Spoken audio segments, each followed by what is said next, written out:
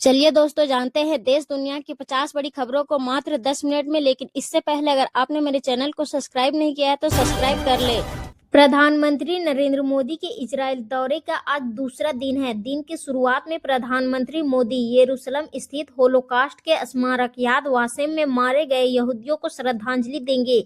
इसके बाद वह इजराइल के राष्ट्रपति इसाक हेरगोज से मुलाकात करेंगे, जहां द्विपक्षीय संबंधों और क्षेत्रीय हालात पर चर्चा होगी। इस दौरे के दौरान दोनों देशों के बीच बड़ी डिफेंस डील हो सकती है। दोपहर से पहले प्रधानमंत्री मोदी इजराइल के प्रधानमंत्री बेंजामिन नेतन्याहू के साथ प्रतिनिधिमंडल स्तर की वार्ता करेंगे। इस बैठक में रक्षा सहयोग, मिसाइल डिफेंस सिस्टम, साइबर सुरक्षा और एडवांस टेक्निक के सेक्टर में साझेदारी पर फोकस रहने की उम्मीद है। प्रधानमंत्री नरेंद्र मोदी बुधवार को 2 दिन के इजराइल दौरे पर पहुंचे थे। नेतन्याहू और उनकी पत्नी सारा नेतन्याहू ने एयरपोर्ट पर मोदी को रिसीव किया था। इसके बाद पीएम मोदी ने इजरायली संसद नेसेट को भी संबोधित किया। उन्हें संसद का सर्वोच्च सम्मान speaker of the Knesset medal दिया गया। मोदी नेसेट को संबोधित करने वाले पहले भारतीय प्रधानमंत्री बने। मिडिल ईस्ट में अमेरिकी वॉरशिप और सैनिकों की तैनाती के बीच उपराष्ट्रपति जेडी वेंस ने ईरान को सख्त संदेश दिया है। उन्होंने कहा कि अमेरिका की कूटनीति को कमजोरी न समझा जाए और जरूरत पड़ी तो सैन्य विकल्प भी इस्तेमाल होगा। वेंस ने कहा कि सैन्य कार्रवाई की धमकियों को गंभीरता से लिया जाना चाहिए। फोकस न्यूज से बातचीत में वेंस ने कहा, हमें ऐसी स्थिति में पहुंचना होगा जहां ईरान, जो दुनिया में आतंकवाद का सबसे बड़ा गढ़ है, परमाणु आतंकवाद से दुनिया को धमकी न दे सके। सन की क्रूर और दुनिया के सबसे खतरनाक शासन को परमाणु हथियार रखने की इजाजत नहीं दी जा सकती। उन्होंने कहा कि राष्ट्रपति ट्रंप कूटनीतिक समाधान चाहते हैं, लेकिन उनके पास अन्य विकल्प भी मौजूद है और वे उनका इस्तेमाल करने की इच्छा दिखा चुके हैं। ट्रंप ने बुधवार को संसद में अपने संबोधन के दौरान आरोप लगाया था कि ईरान अमेरिका तक मार करने में सक्षम मिसाइलें विकसित कर रहा है। उन्होंने यह भी कहा कि ईरान पिछले साल अमेरिकी हमलों के बाद अपने परमाणु कार्यक्रम को दोबारा खड़ा करने की कोशिश कर रहा है। अमेरिकी राष्ट्रपति डोनाल्ड ट्रंप ने भारतीय समय के मुताबिक बुधवार सुबह संसद में भाषण दिया। साल की शुरुआत में संसद में प्रेसिडेंट के भाषण को state of the union speech कहा जाता है। ट्रंप ने 1 घंटा 50 मिनट के भाषण में एक बार फिर भारत पाकिस्तान संघर्ष रुकवाने का दावा किया। ट्रंप यह बात 100 बार से ज्यादा दोहरा चुके हैं। उन्होंने पाकिस्तान के प्रधानमंत्री शहबाज शरीफ के हवाले से कहा कि दोनों देश के बीच परमाणु जंग में 3.5 करोड़ लोगों के मारे जाने की आशंका थी। हालांकि भारत इस दावे को हमेशा खारिज करता आया है। अपने भाषण में ट्रंप ने इजराइल हमास के बीच गाजा सीजफायर को अपनी उपलब्धि कहा। वहीं वेनेजुला पर कब्जे के करीब 1.5 महीने के बाद वहां तेल उत्पादन में बढ़ोतरी का दावा करते हुए उसे अमेरिका का नया दोस्त करार दिया।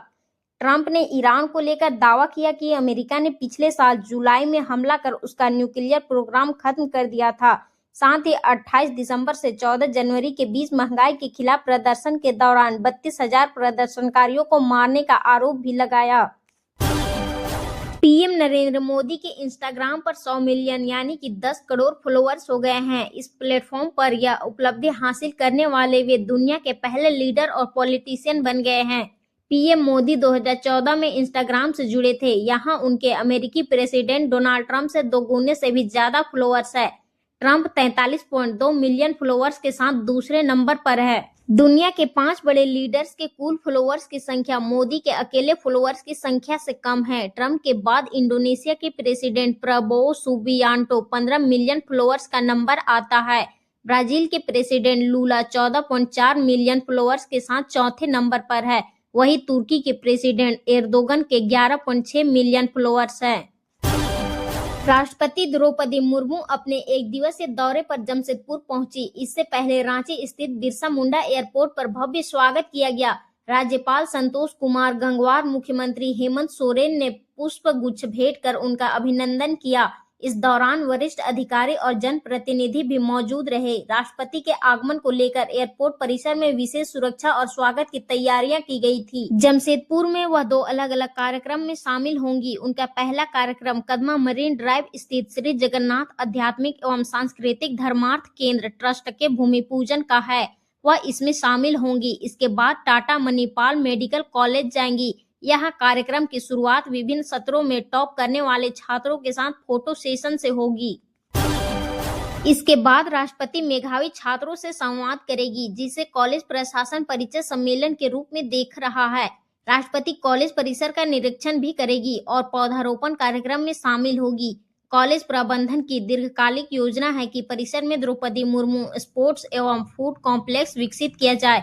इस कार्यक्रम में केवल 200 लोगों को ही शामिल होने की अनुमति दी गई है।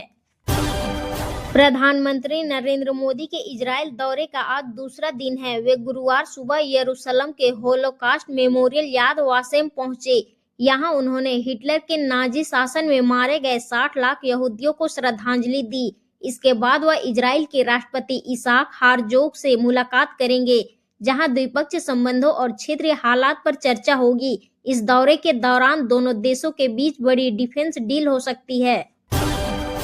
झारखंड विधानसभा के बजट सत्र के 7वें दिन ओबीसी छात्रों की छात्रवृत्ति का मामला जोरदार तरीके से उठा। डुमरी विधायक जयराम महतो ने सदन में कहा कि अब तक छात्रवृत्ति राशि नहीं मिलने से हजारों विद्यार्थियों की पढ़ाई प्रभावित हो रही है।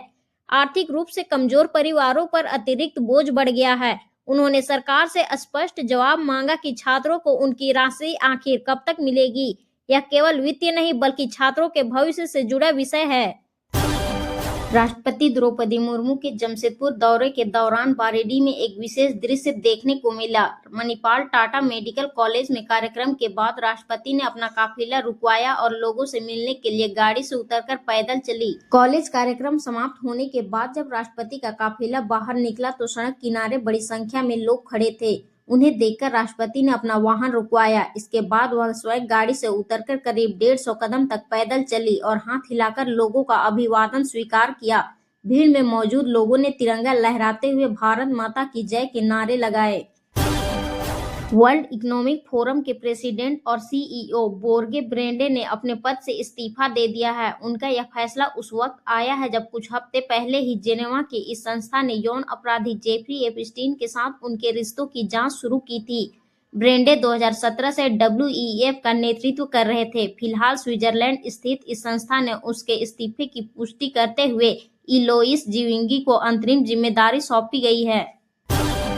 नेता विपक्ष और कांग्रेस सांसद राहुल गांधी ने गुरुवार को यूथ कांग्रेस मेंबर्स के खिलाफ एक्शन पर राहुल ने पीएम मोदी की आलोचना की। उन्होंने कहा कि पीएम मोदी की सरकार और नॉर्थ कोरिया के तानाशाही शासन एक जैसा है। ये इंडिया है, नॉर्थ कोरिया नहीं। दरअसल दिल्ली में आयोजित AI समिट के दौरान यूथ कांग्रेस मेंबर्स ने शर्ट उतारकर प्रोटेस्ट किया था। इस संबंध में दिल्ली पुलिस 3 सदस्यों को गिरफ्तार करने शिमला पहुंची थी।